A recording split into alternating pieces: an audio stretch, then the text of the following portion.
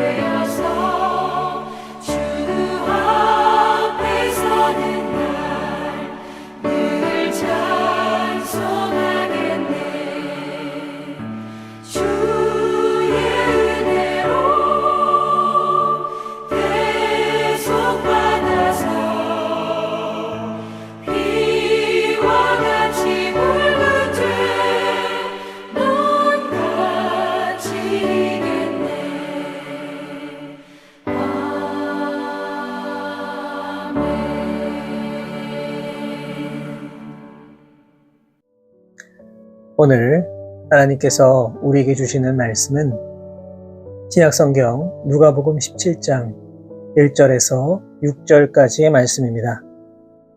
누가복음 17장 1절에서 6절까지 말씀을 제가 받들어 봉독하겠습니다. 예수께서 제자들에게 이르시되 실족하게 하는 것이 없을 수는 없으나 그렇게 하게 하는 자에게는 화로다. 그가 이 작은 자 중에 하나를 실족하게 할진대 차라리 연자맷돌이 그 목에 매여 바다에 던져지는 것이 나으리라. 너희는 스스로 조심하라. 만일 내 형제가 죄를 범하거든 경고하고 회개하거든 용서하라. 만일 하루에 7번이라도 내게 죄를 짓고 7번 내게 돌아와 내가 회개하노라 하거든 너는 용서하라 하시더라. 사도들이 주께 여짜오되 우리에게 믿음을 더하소서 하니 주께서 이르시되 너희에게 겨자씨 한 알만한 믿음이 있었더라면 이 뽕나무더러 뿌리가 뽑혀 바다에 심기어라 하였을 것이요 그것이 너희에게 순종하였으리라. 아멘. 오늘 우리가 읽은 이 본문의 말씀은 예수님께서 우리 그리스도인들이 어떤 마음과 자세를 가지고 세상을 살아가야 하는가를 알려주시는 말씀이라고 할 수가 있습니다. 첫째로 다른 사람을 실족해 해서는 안 됩니다. 본문 1절을 보시면 예수님께서는 제자들에게 실족하게 하는 자에게 화가 있을 것이라고 말씀하고 계십니다. 본문에 사용된 실족이라고 하는 단어는 헬라어로 스칸달론이라고 합니다. 이 단어의 뜻은 새나 짐승을 잡기 위해 파놓은 올무 또는 함정을 의미합니다. 그러므로 누군가를 실족시킨다는 말은 죄를 짓도록 교묘한 함정을 파놓고 그 안에 빠지도록 만드는 행위를 가리키는 말입니다. 그러므로 예수님의 이 말씀의 의미는 이 세상 속에는 죄에 빠지도록 하기 위해 파놓은 덫으로 인해 우리를 실족하게 만드는 일들이 너무나도 많이 있다는 뜻입니다. 그렇기 때문에 예수님께서는 다른 사람을 유혹하여 죄에 빠지게 한다던가 아니면 교묘하게 미끼를 던져서 유혹에 빠지도록 만드는 바로 그러한 사람들에게 화가 있을 것이다 경고하고 계시는 것입니다. 물론 우리 가운데 고의적으로 교묘히 덫을 파놓고 다른 사람을 유혹하여서 죄악된 길로 인도하는 사람은 아마도 없을 것입니다. 하지만 우리는 연약하고 부족한 인간이기에 때때로 우리도 모르는 사이에 나도 모르는 사이에 의도치 않게 이런 잘못을 저지르는 경우가 종종 생기는 것을 보게 됩니다.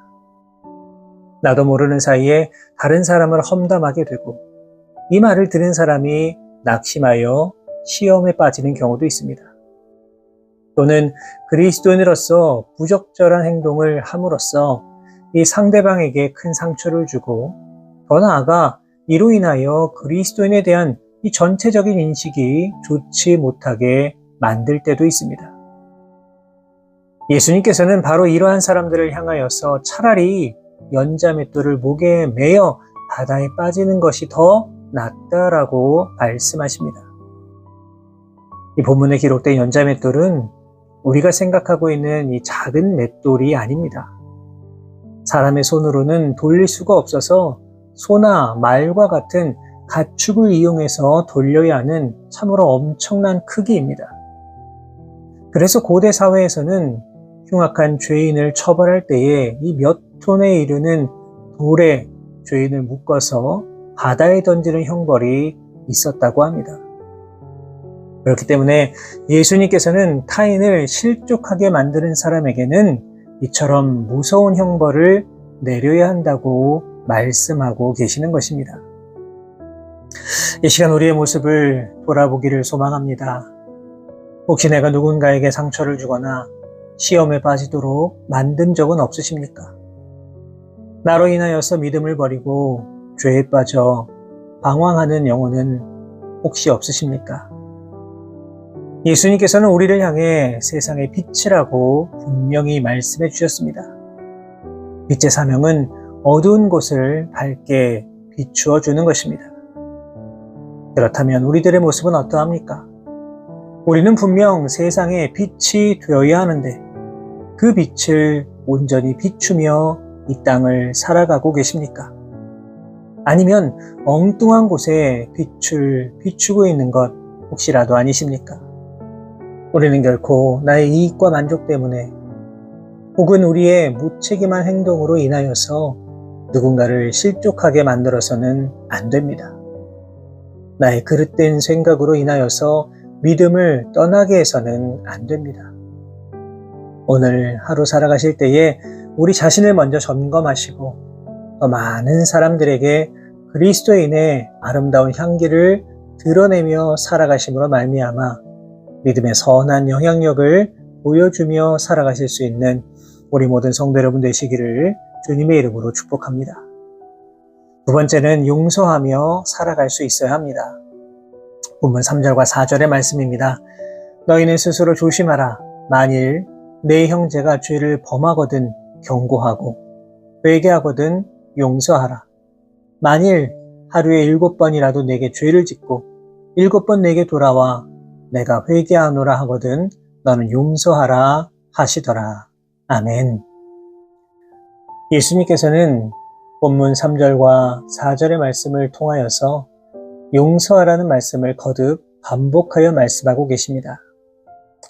심지어 마태복음 18장 22절의 말씀을 보시면 몇 번을 용서하면 되냐는 제자들의 질문에 7번뿐 아니라 7번을 70번까지라도 할지니라 이렇게 말씀하고 계십니다. 다시 말해서 끝없는 관용과 용서의 자세로 다른 사람을 대해야 한다는 그러한 말씀입니다. 또 다른 시각으로 본다면 주님의 사랑이 얼마나 큰지를 보여주고 계십니다. 어떤 사람이 하루에 7번 죄를 지었다면 인간적인 눈으로 볼 때에 그 사람 구제불능이다 말할 수 있습니다. 도무지 용서할 이유가 없어 이렇게 생각할 수도 있습니다. 하지만 우리 주님은 그렇지 않습니다. 몇 번이고 다시 회개하면 용서해 주라고 말씀하십니다. 왜냐하면 우리 주님이 바로 그 사람을 계속해서 용서해 주시기 때문입니다. 무엇보다 다른 사람의 죄악의 모습을 통해 나도 똑같은 죄를 저지를 수 있다는 사실을 기억해야만 합니다. 사랑하는 여러분, 우리는 하나님의 은혜로 1만 달란트의 빚을 탕감받은 사람들입니다. 우리가 의로운 사람이기 때문이 아닙니다. 우리가 그만한 가치가 있어서 그런 것이 아닙니다. 그저 우리를 너무나도 사랑하셨기에 그 사랑으로 인하여서 우리는 용서함을 받고 의롭다 칭찬을 받은 사람들입니다. 그런데 정작 우리의 모습은 어떠합니까?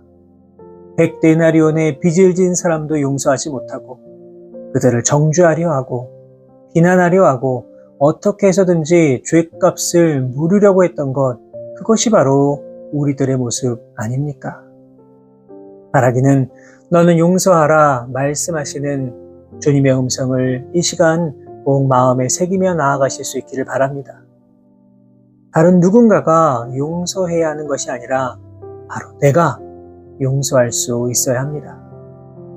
오늘 하루도 이러한 마음으로 이 땅을 살아가실 수 있는 우리 모든 성도 여러분 되시기를 바랍니다. 셋째로 믿음이 가장 큰 힘이라고 하는 사실을 기억하며 살아야 합니다.